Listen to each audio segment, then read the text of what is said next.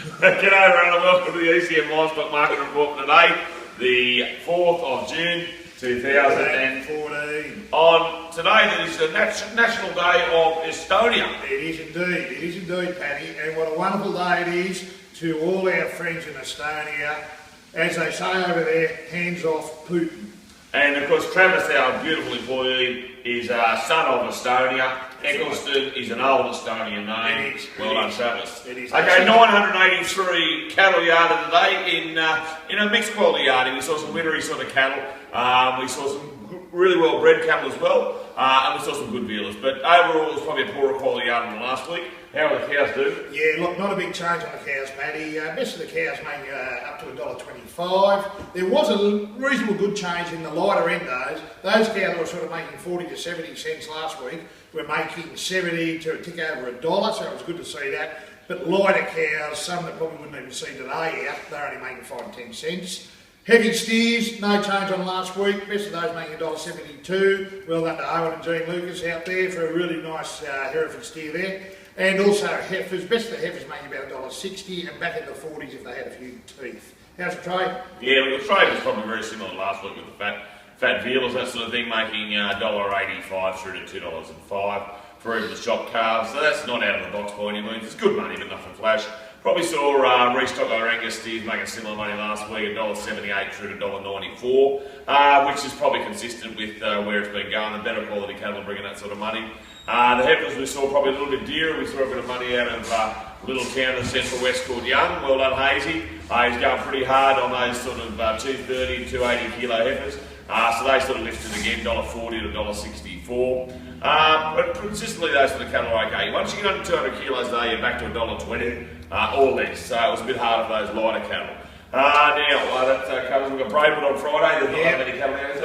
8 or 900 on About 843 was on the draw there earlier. So better ring the numbers in. Okay, so that should be okay. Yeah. Now, we've got third sale next week here, which should be okay. Smaller yardings, we've really seen the peak of the numbers, and we'll probably start to back off from now on. Now, Benedicts. We've got a real problem with a few people still feeling the Benedicts in wrong. We need a couple of things. We need to definitely question 9 to put down your Russian and Saudi eligible. Right. We really like it. If your cattle haven't, if you bred the cattle yourself and they haven't been treated with antibiotics at all, put that in question 9. It's certainly starting to make a big difference in our industry with those cattle that can be sold as antibiotic free for all their life. And you should be able to get yourself a little bit more money in the marketplace if you advertise them as touch-free or Benedict.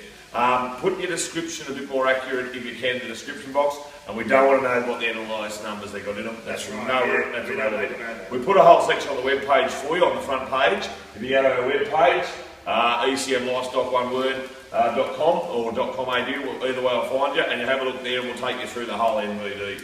Also, feedlot steers. We've got $2.20 to go to Kalara for the 4 to 500 or 380 to 500 kilo black steers, and about $2.05 for the black baldies.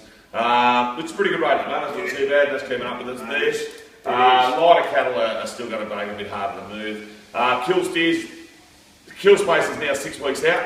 But that said, there's a fair bit of light at the end of the tunnel in August. But the worry with leaving it till we book them in then will be, of course, that they all go into overhaul, and then there'll be no kill space again. So look, talk to us and we'll work our way through the best result we can get for you. Yeah. Anything else we got? Yeah, look, Paddy, as you know, we like to move far and wide, and we like to sort of cover most categories of everything just about.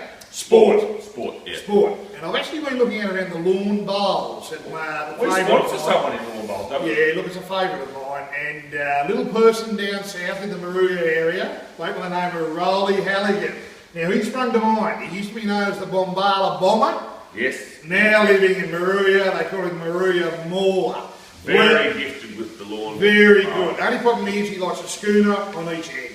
Try having one schooner per game, and you'll do a lot better. But anyway, well done. You've been Rolly's just made the state team, hasn't he? He just made the state team, so well done, Rolly. Congratulations and best of luck. I think you're going to Eden next weekend. One of our roving ambassadors wearing the ECM Livestock jumper. He is indeed. So until then, all well and good. We'll see you next week. Thing before we go, Travis just reminded us, well done Travis, did a wonderful job. Travis just reminded us, next week there is a curfew at the yards. It's going to be imposed. The yards will be locked at 8:30 p.m. 8:30. You can't get in after 8:30. You can unload cattle, but they will be sold at the end of the sale. They'll be unloaded and locked up at ramp 4, and at the end of the sale they will be sold. So don't ring and complain. Unfortunately, you're going to have to know about it. The curfew is now 8:30 and council are imposing it, and I think probably for everyone's sake that'll be quite a good thing. Doesn't matter if you're coming from Burke or from Burrowing, 8:30 is the number. So remember, curfew, 8:30, and question 9 MBDs.